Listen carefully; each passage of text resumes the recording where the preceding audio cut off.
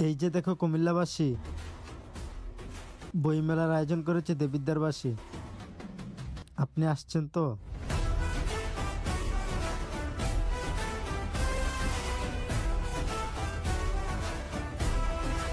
Welcome back to my new video. আজকে আমি চলে আসছি দেবেদ্বারে যে বইমেলাটা হইতেছে স্টুডেন্ট ফেস্ট। এখানে চলে আসছে লাস্ট ডেট। কালকে শুরু হয়েছে 20 তারিখে, আজকে শেষ হয়ে যাবো 22 তারিখ। তো চলে আমরা দেখি পুরো মেলাটা ঘুরে থাকুন, বইমেলাটা স্টুডেন্ট ফেস্টটা। চলুন লেটস গো ভিডিও।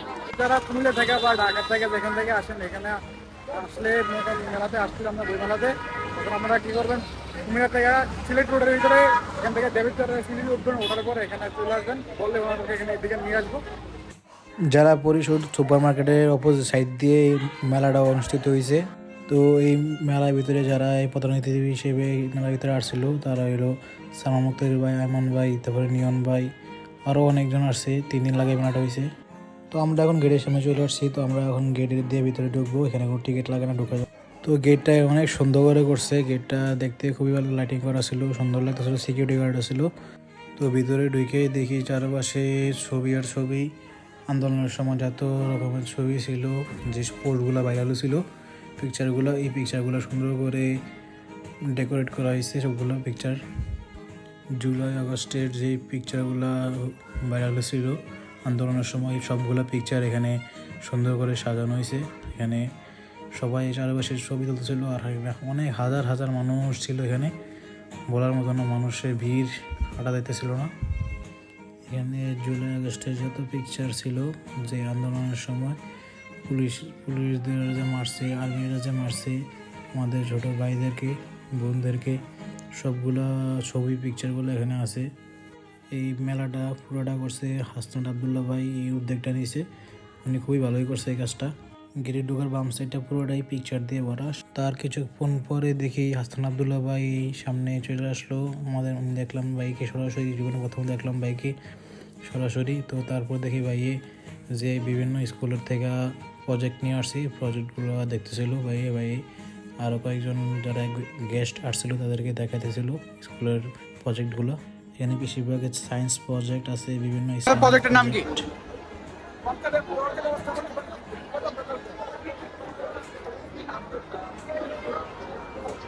প্রজেক্ট নিয়ে আসছে। দেবিদ্বারে যত স্কুল কলেজ আছে সবগুলা এখানে আশেপাশের ছোট বাচ্চারাও এখানে প্রজেক্ট নিয়ে আসছে বিভিন্ন স্কুল কলেজ থেকে। বিভিন্ন ফুড কার্ট এখানে টেস্টি আছে, ওর বিভিন্ন ফুড কার্ট আছে এখানে, খেলনা জিনিসের আইটেম আছে এখানে। সাইডটা হলো ফুড আইটেম, আর ওই সাইডে হলো প্রজেক্ট। এই সাইডে হলো স্কুলে যত প্রজেক্ট আছে, বিভিন্ন স্কুল থেকে এক স্কুল থেকে একটা প্রজেক্ট নিয়ে এখানে আসছে। প্রজেক্টগুলো এখানে হাসনাত আবদুল্লাহ ভাই, আমার সবগুলা প্রজেক্ট এখানে ভাইয়েরা দেখতেছে। ভাইয়া এখানে আসে একটু আগে, সবগুলা প্রজেক্ট দেখতেছে। এখানে জোকার আছে, জোকার।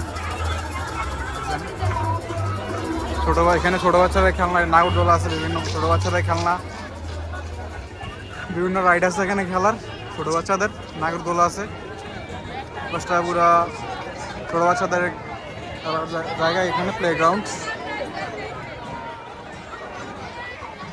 এই বড় ডিসপ্লেতে এখানে প্রজেক্টরের মাধ্যমে সবকিছু দেখানো হইতেছে।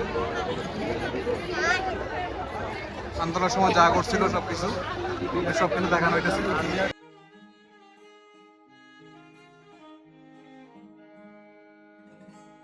রকমারি থেকে বই আসছে, বিভিন্ন বই পাবলিকেশন হয়েছে, বইগুলো এখানে পাওয়া যাবে, বিভিন্ন রকমের বই পাবেন।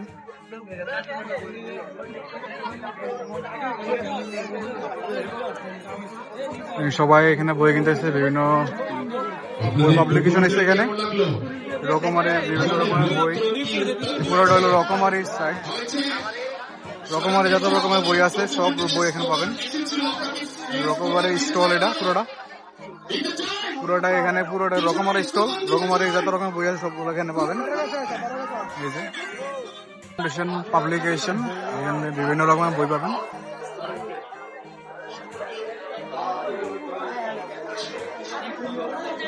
আমাদের কাছে বিভিন্ন রকমের বই পাবেন এখানে। আমাদের কাছে আছে, আমাদের দোকানের স্টলের নাম হলো ফাউন্ডেশন পাবলিকেশন। একটা স্টল আছে পাঠকের জগৎ, এখানে বিভিন্ন বই পাবেন, বিভিন্ন বই আছে, স্টল। আমাদের স্টলের নাম পাঠকের জগৎ। এখানে গেট থেকে ঢুকতে বাম সাইডে পুরোটা বেশিরভাগ এখানে 10-12টা স্টল আছে রকমারির, অনেকগুলো স্টল এখানে। আর অন্যান্য ইয়ার হলো কয়েকটা স্টল, বেশি স্টল নেই। ছোট বাচ্চাদের বইয়ের স্টল এটা।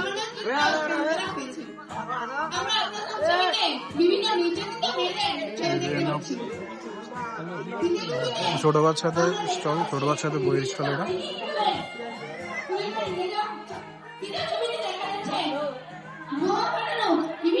এখানে এই স্টলটার ভিতরে এখানে ব্লাড গ্রুপ করা যায়, চেক করা যায়। ব্লাড গ্রুপ টেস্ট করে এখানে বিভিন্ন রকমের এখানে স্টল আছে। বিশাল পরিমাণ মানুষ, অনেক মানুষ, হাজার হাজার মানুষ এখানে।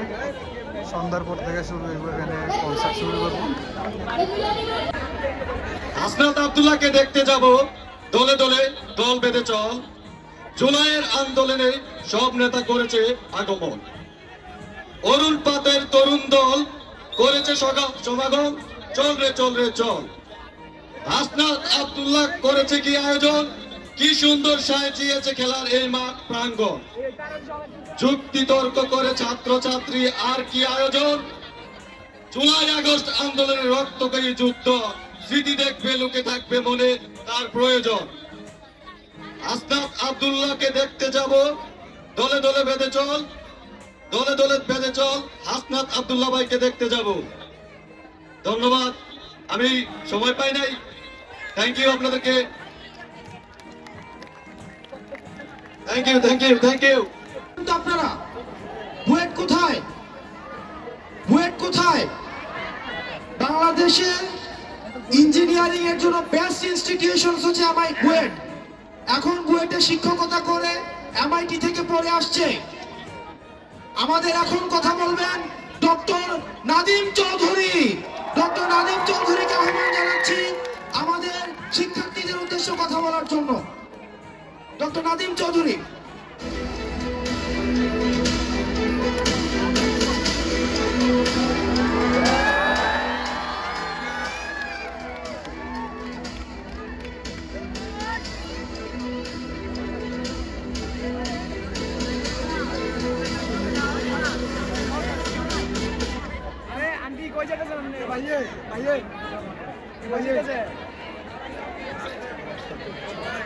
আসসালামু আলাইকুম এভরিওয়ান।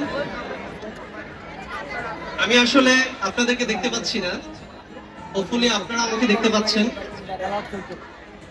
তো আজকে আমার দেবিদ্বারে প্রথম আসা। আসলে আমি দেশে আসার পরে ঢাকার বাইরে প্রত্যন্ত এলাকায় এই প্রথম আসলাম। তো হাসনাত যখন আমাকে ইনভাইট করলো যে দেবিদ্বারের স্টুডেন্টদের উদ্দেশ্যে কিছু বলার জন্য, তখন আমি চিন্তা করলাম যে আমি তো আসলে পাবলিক স্পিকার না, এটা সম্ভবত আমার সবচেয়ে বড় পাবলিক স্পিকিং। নর্মালি আমি ইউনিভার্সিটিতে পড়াই, যেখানে মাত্র 60 থেকে 70 জন স্টুডেন্ট থাকে। সো কি বলবো সেটা নিয়ে আমি গতকালকে রাতে অনেক চিন্তা ভাবনা করছিলাম।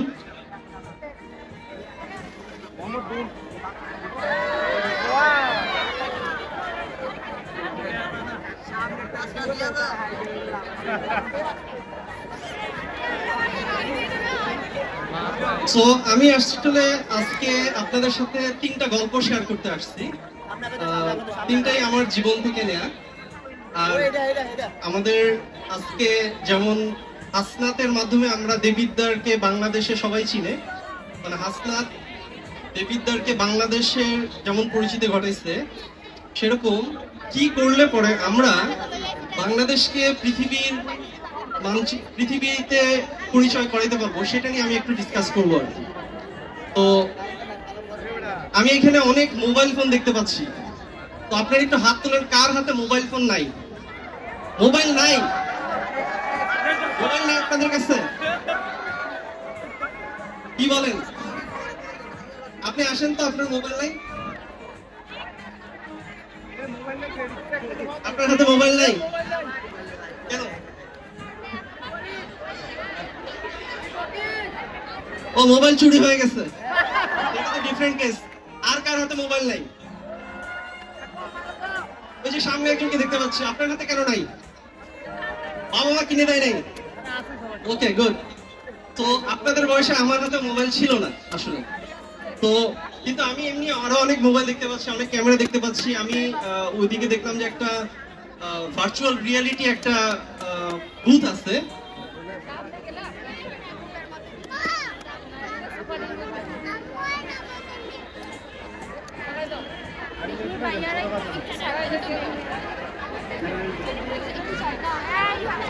তাদেরকে একটু সাজিয়ে দেন, সাজিয়ে দেন।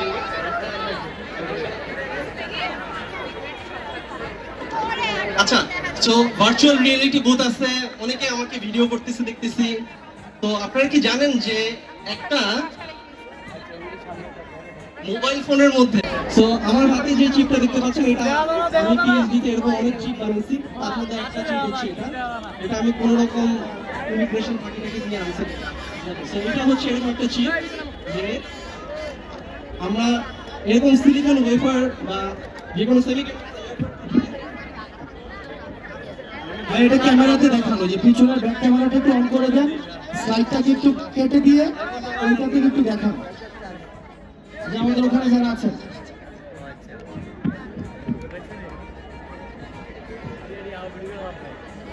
পিছনে যারা আছেন,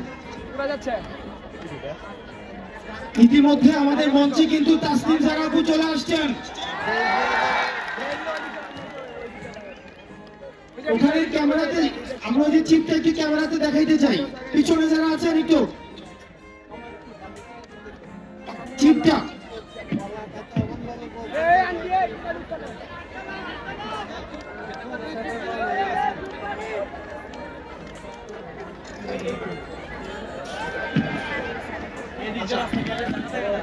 আমি একটু দেখানোর চেষ্টা করি। তো আমরা প্রথমে ফ্যাব্রিকেশন শুরু হয় আসলে এরকম একটা ওয়েফার দিয়ে।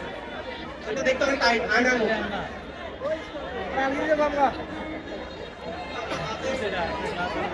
হাতের ছাপ দেখা যাচ্ছে, এটা একটা আয়নার মতো। এর উপর আসলে চিপগুলো ফ্যাব্রিকেট করা হয়। ফ্যাব্রিকেট করার পরে ডাইস করার পর আরেকটা এরকম। আমার হাতে যেটা দেখা যাচ্ছে এটা হচ্ছে চিপ। ঠিক আছে?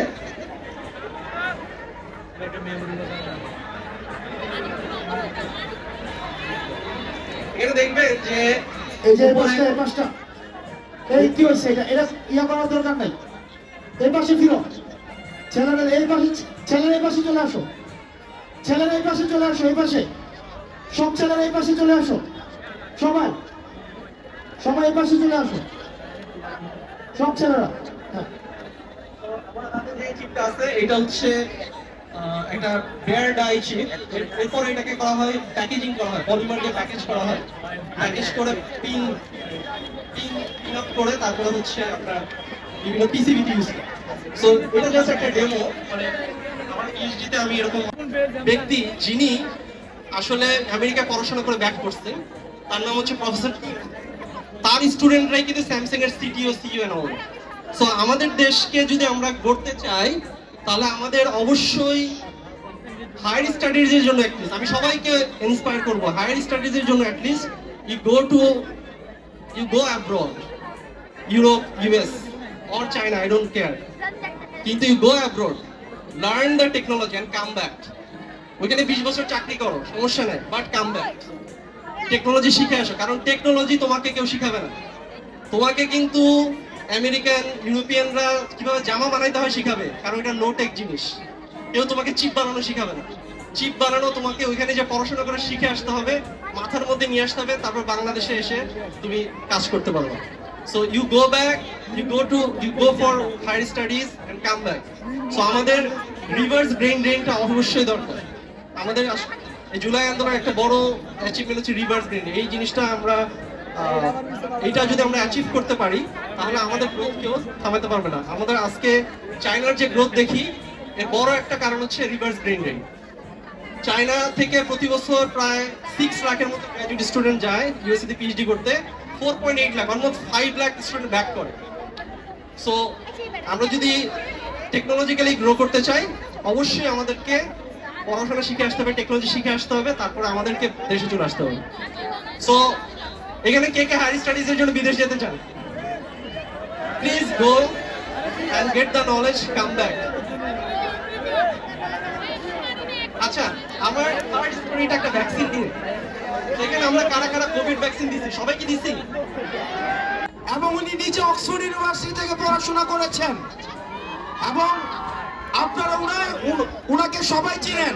উনি মাঝে মাঝে আমাদেরকে বিভিন্ন জিনিস মেডিসিন নিয়ে আমাদেরকে অ্যাডভাইস দেন এবং করোনাতে উনি আমাদেরকে অনেক হেল্প করেছেন।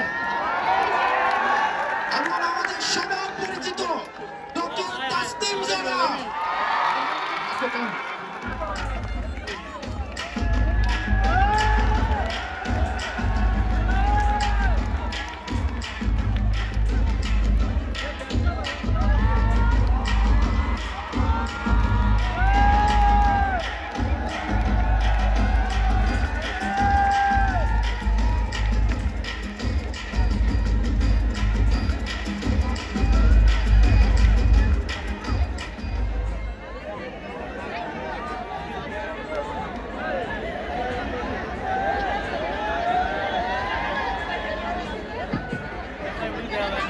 কথা শোনা যাচ্ছে? Thank you. এত এক্সাইটমেন্ট। হ্যালো দেবিদার, আমি আজকে এখানে আসতে পেরে সত্যি খুবই আনন্দিত। দেবিদারে আমি আজকে প্রথম আসলাম, কুমিল্লাতেও আজকে আমার প্রথম আসা, থ্যাঙ্কস টু হাসনাত।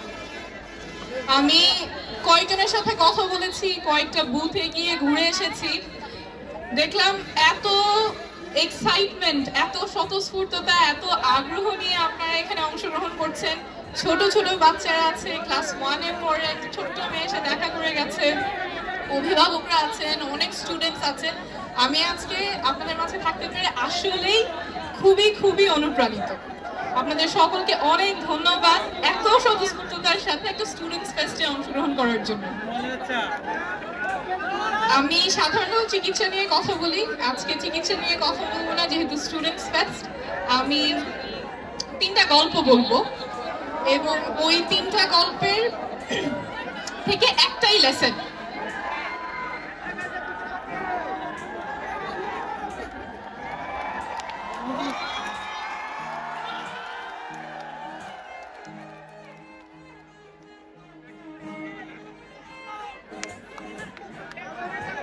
আচ্ছা, আমি খুব বেশি সময় নিব না, 3টা গল্প বলবো, 3টা গল্পের একই লেসন, 5টা না 7টা না, একটাই লেসন, যেটা আমার মনে হয় আমি ছোটবেলায় আপনাদের বয়সে যখন ছিলাম তখন যদি আমি জানতাম আমার উপকার হতো। আমি খুব সংক্ষেপেই বলছি। প্রথম গল্পটা অনেক আগের, প্রাচীন যুগের। আপনারা কি গল্প শুনতে চান? একটু মনোযোগ দিয়ে শুনবেন, অল্প কিছুক্ষণ কথা বলবো, বেশিক্ষণ কথা বলবো না। তো এবং এইটা বলার একটাই উদ্দেশ্য যে আপনারা যদি শুনেন এবং আজকে থেকে চর্চা শুরু করেন, আপনাদেরকে কেউ থামাতে পারবে না। যেই লেসনটার কথা বলবো ওটা যদি চর্চা শুরু করেন, জীবনে কোথাও আটকাবেন না। তো আমাদের প্রথম গল্পটা হচ্ছে 2500 বছর আগে, অনেক প্রাচীন সময়, ঠিক 2500 বছর না, 2400 সাল, গ্রিসের কথা। তো গ্রিসে হঠাৎ দেখা গেল যে একজন লোক খুব জনপ্রিয় হয়ে গেছে। সেই লোকটার কথা অনেকেই শুনে। সে খুব সাধারণ একজন, তার যে খুব গুরুত্বপূর্ণ পদবি আছে বা গুরুত্বপূর্ণ কোনো পেশায় আছেন এমন কিছু না। তো দেখা গেল যে কেন এই লোকটার কথা এত মানুষ শুনছে, কেন এত জনপ্রিয়, কেন তার আশেপাশে তরুণরা সবসময় ঘোরাঘুরি করতে থাকে, কি বলেন উনি, কেন উনি এত জনপ্রিয়। তো দেখা গেল যে উনি আসলে খুবই সাধারণ একজন মানুষ, খালি পায়ে হাঁটাহাঁটি করেন, একই কাপড় পরেন, দিনে রাতে একই কাপড় পরে থাকেন, কোনো গুরুত্বপূর্ণ পদে নাই, কোনো গুরুত্বপূর্ণ কাজও করছেন না, কিন্তু তিনি সবার সাথে কথা বলেন। গ্রিসে তখন কৃতদাস ছিল, অনেক কৃতদাস। তো কৃতদাসের সাথে তিনি কথা বলেন, কৃতদাসের যে মালিক আছে তাদের সাথে কথা বলেন, যারা ধনী তাদের সাথে কথা বলেন, যারা দরিদ্র তাদের সাথে কথা বলছেন, যারা বয়সে তরুণ, বয়সে বৃদ্ধ, তারপরে যারা ওখানকার স্থানীয়, যারা সেখানে ঘুরতে এসেছেন, তাদের সবার সাথে কথা বলেন। তো তিনি কি এমন কথা বলেন যে জন্য মানুষ তার কথা এত মন্ত্রমুগ্ধের মতো শোনে। উনি আসলে কথা বলার চেয়ে প্রশ্ন করতেন, যে যাদের আমাদের খুব কাছের যে কনসেপ্টগুলো আছে, যে ধারণাগুলো আছে, মূল্যবোধ আছে, সেগুলো নিয়ে তিনি প্রশ্ন করতেন যে সাহস কি, ক্ষমতা কি, সম্মান কি, ভালোবাসা কি। এইসব প্রশ্ন তিনি সবাইকে করতেন, বাজারে, বাজারের বাইরে, এই যত ধরনের মানুষ আছে, কৃতদাস আছে, ধনী, দরিদ্র, বয়স্ক, তরুণ, সবাইকে এই প্রশ্নগুলো করতেন। এবং এই প্রশ্নগুলোর উত্তর যখন মানুষ দিত, তখন তিনি আবার পাল্টা প্রশ্ন করতেন যে কেন এটা চিন্তা করছেন আপনি, আপনার কাছে আপনার এই ধারণাটা কি। তো এই প্রশ্ন উত্তরের মাধ্যমে এমন একটা জায়গায় তাদেরকে নিয়ে যেতেন যেখানে তারা তাদের ধারণার খাতটা ধরতে পারতেন, বুঝতে পারতেন যে আমি যে চিন্তাটা করছি সেখানে গ্যাপটা কোথায়।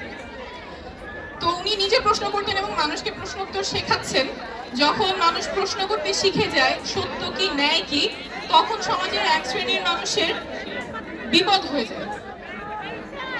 আপনারা কি গেস করতে পারেন কাদের বিপদ হয় যখন মানুষ প্রশ্ন করে, প্রশ্ন করতে শিখে যায়? যেমন আমরা জুলাই আগস্টে যখন প্রশ্ন করতে শিখে গিয়েছিলাম, তখন কিন্তু এক শ্রেণীর বিপদ হয়ে গেছিল, যারা ক্ষমতায় ছিল তাদের বিপদ হয়ে গিয়েছিল। আমরা সাধারণ ছাত্র জনতা যখন প্রশ্ন করলাম কেন এমন হবে, তখন যখন তারা যখন বিপদে পড়ে গেছে, প্রথমে আমাদের ভাই বোনদেরকে তারা মারা শুরু করেছে, এরপরে এক পর্যায়ে তারাই বিতাড়িত হয়েছে। তো গ্রিসের সেই ভদ্রলোকের সেই সৌভাগ্য হয়নি। তিনি যখন প্রশ্ন করে মানুষকে প্রশ্ন করা শেখাচ্ছিলেন, যারা ক্ষমতায় ছিল তারা তাকে বিচারের আওতায় এনে মৃত্যুদণ্ড দিয়ে দেয় এবং তিনি হাসি মুখে এসে বিষপান করে মৃত্যুদণ্ড নিয়ে নেন। আপনারা কি কেউ গ্যাস করতে পারেন গ্রিসের এই ভদ্রলোক কে ছিল, যার কথা আমরা আজকে 2500 বছর পরেও বলছি? এখান থেকে একজন বলেছেন সক্রেটিস, উনি সক্রেটিস। আমরা যদিও সেই সময় তার মৃত্যুদণ্ড হয়েছিল এই প্রশ্ন করার জন্য, এখনো 2500 বছর পরে আমরা তার কথা বলছি। এবং একটা বিখ্যাত উক্তি আছে, an unexamined life is not worth living। এবং এরপরে অনেক অনেক মানুষের কাছে এবং এখনকারও যারা দার্শনিক আছেন তারাও এটা নিয়ে অনেক কথা বলেন। আমাদের যে অনন্ত সেন আছেন, নোবেলজয়ী অর্থনীতি, উনিও বলেন যে যেই জীবনে আমরা পরীক্ষা করতে পারছি না যে আমরা কেন কোনো কাজ করছি, তখন সেই জীবনের অর্থ কি থাকে। আপনাদেরকে যখন কেউ বলবে যে এভাবেই হয়, এভাবেই চলে, তখন অবশ্যই প্রশ্ন করবেন কেন। যদি প্রশ্ন না করেন তাহলে অন্যরা যা বলে দিচ্ছে জীবনটা ওভাবেই চলবে। আপনার জীবনের আপনার থাকবে না, অন্যরা যেভাবে বলছে সেই জীবনেই আপনাদের হবে। দ্বিতীয় যে গল্পটা বলবো একদম সংক্ষেপে বলি। দ্বিতীয় গল্পটা দুই ভাইয়ের গল্প। দুই ভাই একদিন আবেদন করলো যে আমরা উড়োজাহাজ বানানোর গবেষণাগুলো জানতে চাই, কিন্তু তখন বিশ্বে কোনো উড়োজাহাজ বানানো হয় নাই সেই পর্যন্ত। তারা এটা জানালো স্মিথসোনিয়ান ইনস্টিটিউটে, যেটা বিশ্বের সবচেয়ে বড় শিক্ষা, গবেষণা এবং মিউজিয়ামের কমপ্লেক্স। সেখানে তারা জানতে চাইলো যে প্লেন বানানো এবং প্লেন ওড়ানোর বিষয়ে যা যা গবেষণা আছে আমরা সব জানতে চাই। তো এই দুই ভাই কি খুবই অসাধারণ যে বিশ্বে এখনো প্লেন আবিষ্কারই হয় নাই, কোনো প্লেন এখনো চলে নাই, কিন্তু তারপরেও তারা এই গবেষণা জানতে চায়। তারা খুব অসাধারণ কেউ ছিলেন না, সাধারণ দুই ভাই ছিলেন যাদের সাইকেল বানানোর দোকান ছিল। এবং সাইকেল বানানো ওই সময় খুবই প্রচলিত ছিল, শত শত এরকম সাইকেল বানানোর ফ্যাক্টরি ছিল। 10 লাখের উপরে বছরে আমেরিকাতে সাইকেল বানানো হতো, কিন্তু ওনারা ওটাতে সন্তুষ্ট ছিলেন না। ওনারা চিন্তা করছিলেন সাইকেলের চেয়ে বেশি আর কি হতে পারে।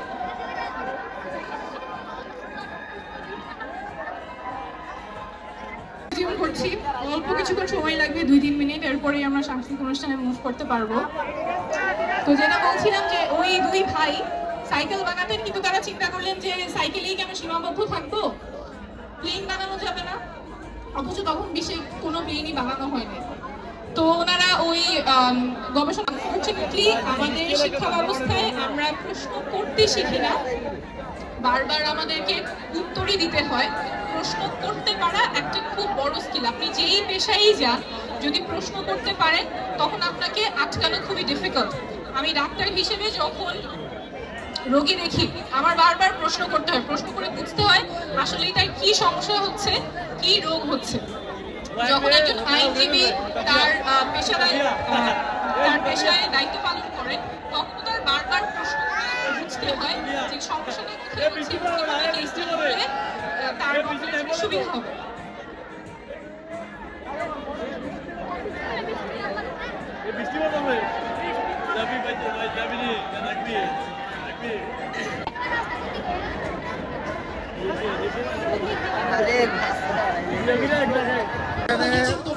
প্রোগ্রাম শেষ হয়েছে মোটামুটি প্রায় প্রাইজ দিয়েছে স্টুডেন্টদের, যে যারা স্টুডেন্ট বেস্টে যারা প্রোডাক্ট আনছে তারা যারা পাশে তাদেরকে প্রাইজ দেবো। আর এখানে বৃষ্টি হইতেছে তার জন্য চলে গেছিলাম বাইরে, তাড়াতাড়ি বাসায় 8টা বাজে গেছে।